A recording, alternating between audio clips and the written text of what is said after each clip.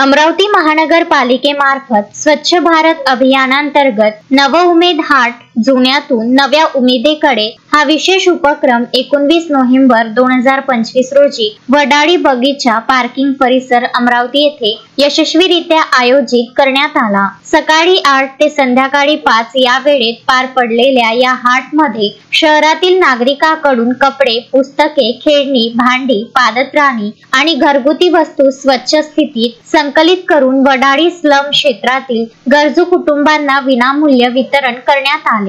शहरातील अनेक नागरिकांनी उत्स्फूर्तपणे सहभाग नोंदवत त्यांच्या घरातील न वापरण्यात येणाऱ्या परंतु चांगल्या अवस्थेतील वस्तू मनपाकडे सुपूर्द केल्या। या संकलित वस्तूंचे वर्गीकरण करून त्या दिवशीच हाट स्थळी गरजू कुटुंबांना उपलब्ध करून देण्यात आल्या। या उपक्रमामुळे नागरिकांमध्ये रियूज, रेड्यूस, रिसायकल बद्दल जनजागृती निर्माण झाली असून गरजू नागरिकांना जीवनावश्यक वस्तूंची मोलाची मदत मिळाली।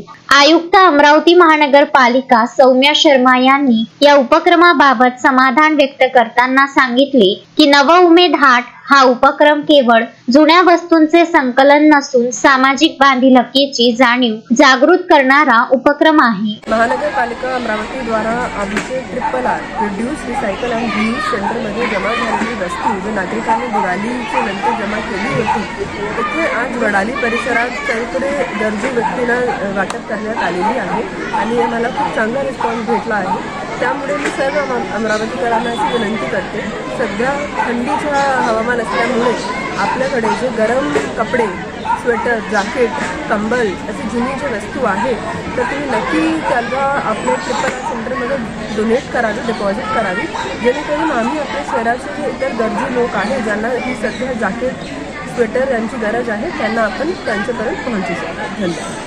अतिरिक्त आयुक्त अमरावती महानगरपालिका शिल्पा नाईक यांनी उपक्रमाचे महत्त्व स्पष्ट करत नागरिकांना संदेश दिला। स्वच्छता ही केवळ मोहीम नसून जीवनशैली आहे। वस्तूंचा सुयोग्य पुनर्वापर केल्यास कचरा कमी होतो, पर्यावरणाचे संरक्षण होते आणि समाजातील गरजू व्यक्तींना मदत करण्याचा मार्गही उपलब्ध होतो। नव उमेद हाट हा उपक्रम स्वच्छ, संवेदनशील आणि जबाबदार शहराकडे नेणारे एक महत्त्वाचे पाऊल आहे की आपल्या घरामध्ये अशा ज्या वस्तू आहेत ज्या आपण वापरत नाही आहात ते महानगरपालिकेकडे आपण RRR सेंटरमध्ये आपण ते जमा करावेत। आणि आज या नव उमेद हाटच्या निमित्ताने आम्ही इथल्या ज्या गरजू नागरिकांना आवाहन केलं होतं ज्याला खूपच छान प्रतिसाद मिळालेला आहे त्या नागरिकांना आपण आज ते वाटप करणार आहोत। त्यामुळे महानगरपालिकेचा दुहेरी उद्देश सफल होणार आहे। एक म्हणजे स्वच्छतेचा संकल्प, त्याचबरोबर आम्ही दाखवलेली माणुसकी। त्यामुळे हा दुहेरी संगम आज इथे साध्य होणार आहे। मी आमचे DNULM विभागाचे जे आहेत कर्मचारी त्यांचे देखील आभार मानते की त्यांनी देखील इथल्या महिला बचत गटांना प्रोत्साहित केलं आणि त्यांना देखील आज इथे उपस्थित केलेलं आहे। या आपण आज जे वस्तू इथून घेऊन जाणार आहात त्याचा कुठलाही किंतु परंतु आपण मनामध्ये बाळगायचा नाहीये की ही वापरलेली वस्तू आहे म्हणून। मी एक छोटंसं उदाहरण सांगते। मी जेव्हा कॉलेजमध्ये होते तेव्हा आमच्या कॉलेजमध्ये बुक बँक नावाचा एक प्रकार होता। त्या बुक बँक मधनं मी स्वतः पुस्तकं घेऊन अभ्यास केलेला आहे। त्यामुळे आज आपण ह्या वस्तू इथून घेऊन जाताना असा कुठलाही मनामध्ये विचार आणू नये की हे कोणीतरी वापरलेले आहेत म्हणून, तसं आपण अजिबात समजू नये। हे आपल्यासाठी आहेत असं आपण समजावं। आणि आताच मी बघितलं लहान विद्यार्थ्यांनी पुस्तकांचं देखील इथे थोडंसं त्यांनी चाळून बघितलं होतं। त्यांच्यातली उत्सुकता, कुतूहल मला इथे जाणवलेलं आहे। या पुस्तकांचा नक्कीच त्यांना उपयोग होणार आहे। त्याचबरोबर इथे जे कपडे आहेत, काही गरम कपडे आहेत, त्यांचाही आपल्याला उपयोग होईल। त्यामुळे ह्या संधीचा आपण फायदा घ्यावा। महानगरपालिकेमार्फत वेळोवेळी अशा पद्धतीनं आम्ही उमेद हाट आयोजित करू आणि त्याला देखील आपण सर्वांनी अशाच मोठ्या संख्येने प्रतिसाद द्यावा अशी मी विनंती करते। आणि आपण सगळेजण उपस्थित झालात आणि हा कार्यक्रम यशस्वी करण्यासाठी माझा सॅनिटेशनचा स्टाफ, IECचे आमचे मेंबर्स, यंग मार्वलचे सगळे प्रतिनिधी, सगळ्यांनी ह्याच्यामध्ये जी मेहनत घेतली आणि हा कार्यक्रम यशस्वी केला त्यांचं देखील मी या निमित्ताने अभिनंदन करते आणि आभार मानते। धन्यवाद। सार्वजनिक सहभागामुळे या हाटमध्ये मोठ्या प्रमाणावर वस्तूंचे संकलन व तत्काळ वितरण शक्य झाले। हरित शहरासाठी एक छोटं पाऊल, वस्तू संकलन व वितरण या घोष वाक्याला साजेसा अशा नव उमेद हाट उपक्रमाने शहरात सामाजिक बांधिलकी, पर्यावरण संवर्धन आणि मानवी मूल्ये यांचा उत्तम संगम घडवून आणला आहे। अमरावती महानगरपालिका भविष्यातही अशा उपक्रमांचे आयोजन सातत्याने करणार असल्याचे कळविण्यात येते।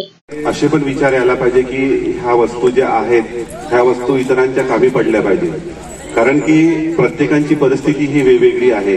कोणी गरीब आहे, कोणी श्रीमंत आहे, कोणी सामान्य आहे।